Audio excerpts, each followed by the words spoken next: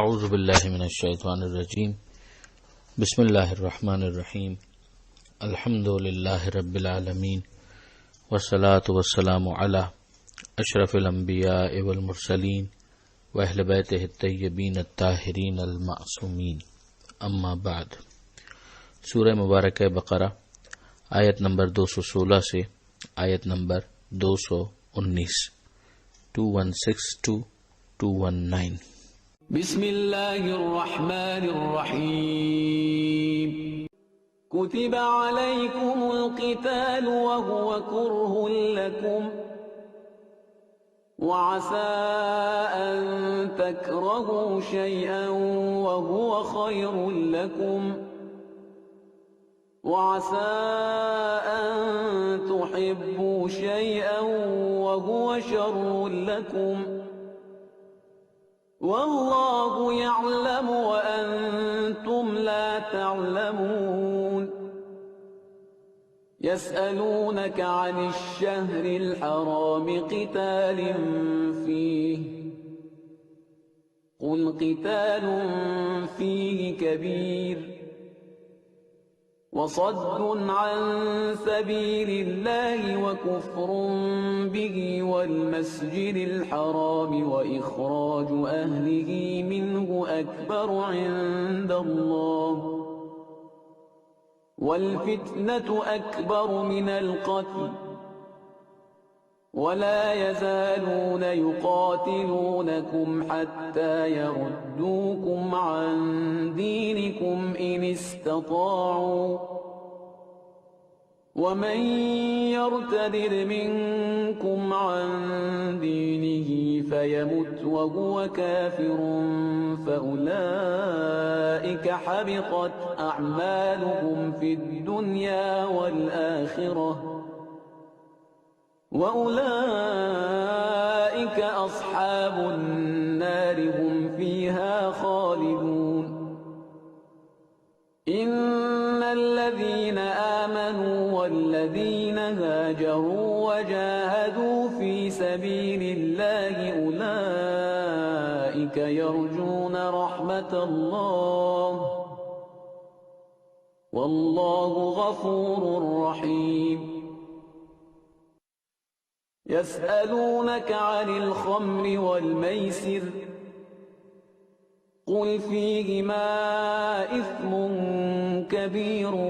ومنافع للناس وإثمهما أكبر من نفعهما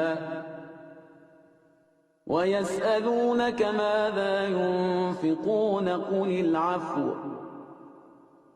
كذلك يبين الله لكم الآيات لعلكم تتفكرون۔ اس صفحے پر پہلی آیت ایک حکم شرعی سے متعلق ہے اور وہ ہے قتال۔ قتال کا مطلب ہے میدان جنگ میں ایک دوسرے کے ساتھ مرنا مارنا۔ جب اس کی نوبت آ جائے تو پھر ظاہر ہے کہ یہ فرض ہو جاتا ہے۔ یہاں پر پروردگار عالم نے ایک مرتبہ پھر کتبہ کی لفظ کو استعمال کیا کہ کتب علیکم القتال، کہ تمہارے لیے قتال کو لکھ دیا گیا۔ یہ ہم پہلے بھی دیکھ چکے ہیں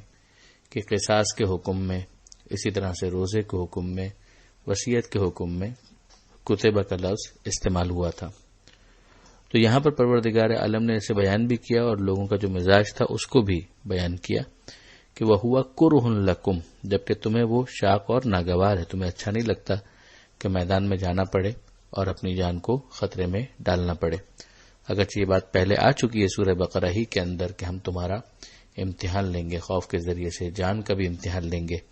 اور اسی طرح سے ہم وہ آیت بھی پڑھ چکے ہیں کہ وہ جو راہ خدا میں قتل کر دیے جائیں انہیں مردہ مت کہو۔ مگر ظاہر ہے کہ ایک انسان اگر ایمان کے حوالے سے اس پختگی کے ساتھ نہ ہو تو اس کی یہ کیفیت ہوگی کہ وقت آنے پر بھی وہ قتال کو ناپسند کرے۔ ایک تو وہ کیفیت ہے کہ جہاں پر وقت بے وقت بغیر کسی حکم کے بھی انسان بس مرنے مارنے والا ہی اور واریر نیچر بنے، وہ بھی اسلام کو نہیں چاہیے۔ مگر جب وقت آ جائے میدان میں آنے کا تو پھر اگر کوئی میدان سے فرار اختیار کرے تو وہ بھی ظاہر ہے کہ انتہائی ناپسندیدہ ہے۔ تو وہ فرار کس بنیاد پر ہوتا ہے؟ وہی مزاج کے اندر جو کراہت اور ناپسندیدگی ہوتی ہے قتال کے حوالے سے۔ اب اس کے بعد پروردگار عالم نے ایک تبصرہ کیا جو بہت اہم تبصرہ ہے کہ وہ عسیٰ ان تکرہوا شیئا وہو خیر لکم، کیا ممکن ہے کہ کوئی چیز تمہیں ناپسند ہو اور وہ تمہارے لیے بہتر ہو، یعنی تم اتنا فورس ہی نہ کر پا رہے ہو، آگے نہ دیکھ پا رہے ہو، اور وائس ورثہ بھی ہے کہ عسیٰ ان تحبوا شیئا وہو شر لکم، کہ تم کسی چیز کو بہت پسند کر رہے ہو اور وہ تمہارے لیے ناپسندیدہ ہو، تمہارے لیے بری ہو۔ اللہ جانتا ہے اور تم نہیں جانتے۔ اب یہاں پر دعاؤں کے حوالے سے بھی جو پہلے ایک تبصرہ ہو چکا اس کو پھر سے ذہن میں تازہ کر لیجئے کہ اگر ایک انسان دعا مانگ رہا ہے مگر وہ دعا خود اس کے لیے مفید نہیں ہے اور وہ نہیں جانتا، تو ظاہر ہے کہ پروردگار عالم کی ربوبیت اور پروردگار عالم کی شفقت اور محبت اس بات کا باعث بنے گی کہ اس دعا کو رد کر دیا جائے اور اس موقع پر قبول نہ کیا جائے، چاہے اس بات کو وہ بندہ مومن اس موقع پر ناگوار بھی سمجھے، ناگوار لگے اس سے، مگر اس کے باوجود اس دعا کا قبول کرنا اس کے لیے فائدہ مند نہیں ہوگا، جس کی بہت ساری مثالیں بن سکتی ہیں، آپ خود اس بارے میں سوچ سکتے ہیں۔ یہاں پر ایک اور بات بھی ہمیں سمجھ میں آتی ہے کہ اچھائی اور برائی اس کی اپنی ایک واقعیت ہے۔ اہل علم جانتے ہیں کہ کسی چیز کے حسن و قبح کے حوالے سے ایک مستقل بحث ہے علم کلام کے اندر، اور عدلیہ کے جس کے اندر اہل تشیع اور برادران اہل سنت کا ایک گروہ معتزلہ شامل ہے، وہ عدلیہ مل کر کہلاتے ہیں، اور ان کا وہی مسلک ہے کہ حسن و قبح ہوتا ہے اور اس کی ایک واقعیت ہے۔ اس کے مقابلے میں ایک دوسرا گروہ بھی ہے، مگر یہ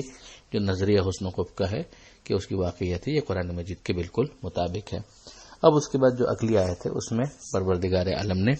ایک مرتبہ پھر وہ انداز اختیار کیا کہ یسألونک، اے حبیبی آپ سے سوال کرتے ہیں۔ اس سے پہلے ہم چاند کے بارے میں اس کو دیکھ چکے ہیں اور دوسری چیزوں کے بارے میں بھی ہم دیکھ چکے ہیں کہ پروردگار عالم نے یہی انداز اختیار کیا تھا کہ یہ سوال کرتے ہیں شہر حرام کے بارے میں۔ شہر عربی میں مہینے کو کہتے ہیں، حرام یعنی محترم، محترم مہینے وہی محرم، رجب، ذوالقعدہ اور ذی الحجہ، 4 مہینے۔ قتال فی ہے، اس میں قتال کے بارے میں، تو حبیب ان سے کہہ دیجئے کہ اس میں قتال جو ہے ایک گناہ ہے اور بڑا گناہ ہے، مگر اس کے مقابلے میں اللہ کی راہ سے روکنا، اللہ کا انکار کرنا، مسجد حرام خانہ کعبہ والی مسجد کی حرمت کا انکار کرنا، اور جو اس کے اہل جو اس کے رہنے والے ہیں یعنی خود پیغمبر اکرم اور دیگر مومنین، ان کو وہاں سے نکالنا اکبر، وہ تو اور بھی بڑا گناہ ہے عند اللہ، والفتنۃ اکبر من القتل، اور فتنہ جو ہے وہ تو قتل سے بھی بڑا گناہ ہے۔ اب اگر آپ دیکھیں کہ اس کا ایک بیک گراؤنڈ بتایا گیا کہ کچھ مسلمانوں نے رجب کی پہلی تاریخ یہ سمجھ کر کہ ابھی چاند نہیں ہوا ہے، مشرکین کے کسی گروہ پر جو لوٹ مار کے لیے مدینے کے اطراف میں آیا تھا، حملہ کر کے کسی ایک کو قتل کر دیا۔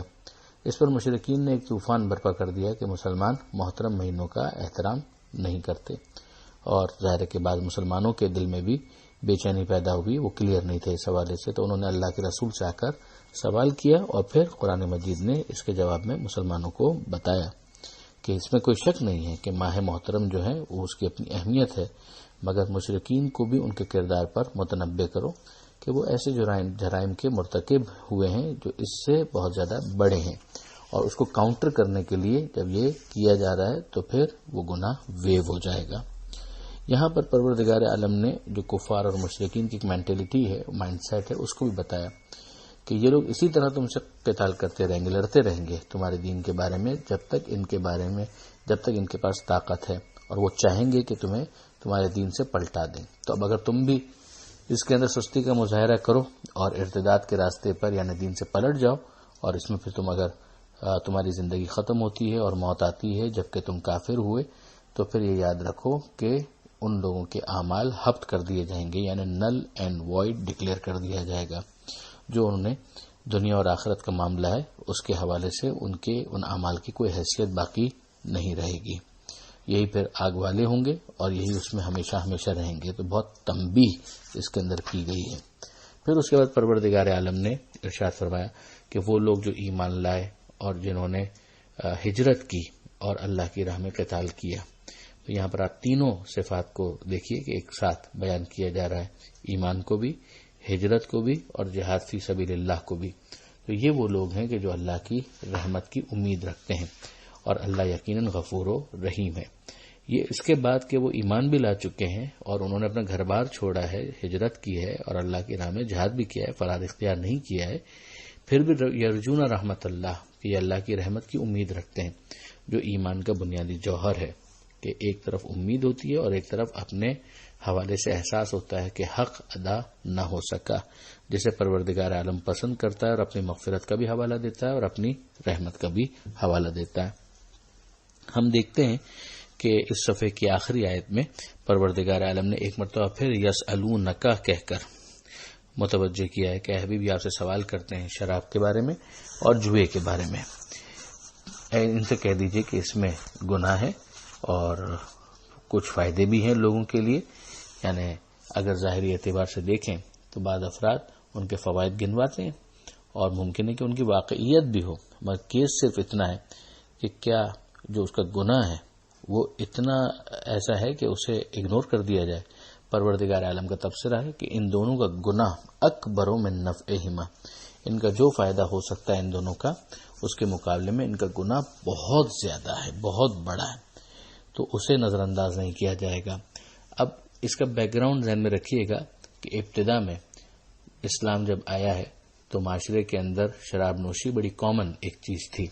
بعض وہ افراد کے جو دین ابراہیمی پر باقی تھے وہ اس سے بچے ہوئے تھے، ورنہ ایک عام ٹرینڈ یہ تھا کہ لوگ شراب نوشی کیا کرتے تھے۔ تو اس موقع پر ابتدا میں اس لیے کہ احکام دین جو ہے تدریجاً گریجولی بٹ بائی بٹ نازل ہوئے ہیں، تو ابتدا میں پیغمبر اکرم صلی اللہ علیہ وآلہ وسلم اس مسئلے پر خاموش رہے، اور پھر اس کے بعد بظاہر محسوس ہی ہوتا ہے کہ مقصد یہ تھا کہ لوگ خود اس کے برے ہونے کی طرف متوجہ ہوں، اور ایسا ہوا بھی،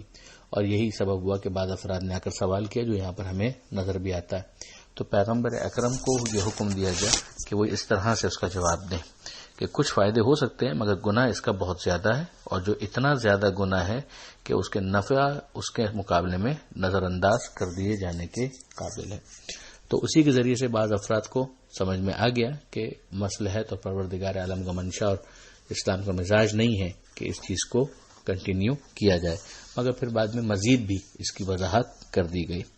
اگلی آیتوں کے اندر جو اپنے مقام پر انشاءاللہ آئے گی۔ ایک اور حکم جس کے بارے میں بتایا گیا کہ یہ آپ سے سوال کرتے ہیں کہ کیا خرچ کریں، آپ کے ذہن میں پہلے بھی ہوگا کہ یہ سوال آیا تھا، اور پروردگار عالم نے مصارف بیان کیے تھے کہ والدین پر، رشتہ داروں پر، مسکینوں پر، یتیموں پر وغیرہ خرچ کیا جائے، مگر اسی سوال کو واپس ریپیٹ کیا گیا کہ کیا خرچ کیا جائے، کہ وہ مقدار کتنی ہو۔ تو یہاں پر کہا گیا قل العف، کہ جو بچ جائے اسے خرچ کر دو۔ یعنی اب یہ مستحب حکم بنے گا، ایک تو واجب ہے کہ زکوٰۃ دینی ہے، خمس دینا ہے، فطرہ دینا ہے وغیرہ وغیرہ، لیکن اگر کوئی شخص خود سے ایک مستحب عمل کے اوپر بہت زیادہ عمل کرنا چاہے، جس طرح صدقہ مستحبی نکالا جاتا ہے، تو کتنا نکالا جائے گا؟ جو بچ جائے تمہارے پاس وہ سب کا سب اللہ کی راہ میں دے دو۔ پھر اس کی ایک تشریح یہ بھی کی گئی کہ چونکہ سال بھر کا خرچہ اگر کسی کے پاس نہیں ہے تو پھر وہ فقیر کی کیٹیگری میں چلا جاتا ہے، تو فقر کے حد تک وہ نہ جائے، لیکن سال کا جو خرچہ اس کے پاس ہونا چاہیے وہ رکھ لے، اور باقی جتنا بھی اس کے پاس ایکسٹرا ہے وہ خدا کی راہ میں خرچ کر دے۔ تو یہ ایک بہت ہی اہم مستحب عمل ہوگا۔ ظاہر ہے کہ شریعت نے اس کو واجب نہیں قرار دیا، مگر اس آیت کے ذریعے سے اس کے مستحب ہونے کا بالکل پتہ چلتا ہے۔ آگے پروردگار عالم نے کنکلوڈ کیا ہے کہ اسی طرح اللہ تمہارے لیے اپنی آیتوں کو بیان کرتا ہے تاکہ تم فکر کرو، دنیا میں بھی اور آخرت میں بھی۔ یہ پھر دنیا والآخرہ کا جملہ اگلے صفحے پر آئے گا، مگر چونکہ اس کے ساتھ مربوط ہے لہٰذا یہیں پر ہم نے اس کو بیان کر دیا۔ اب یہاں پر اس کو بھی ذہن میں رکھنے والی بات ہے کہ جو کہا گیا تھا کہ خرچ کرو اللہ کی راہ میں اور اپنے آپ کو ہلاکت میں مت ڈالو، تو یہ اس طرح سے بھی نہ ہو خرچ کرنے کا سلسلہ کہ خود اس کے اپنے گھر کے جو بچے ہیں، خود اس کی بیوی جو ہے وہی فقیر بن جائے اور وہی اس کو لان تان کرنے لگے اور ایک اور مسئلہ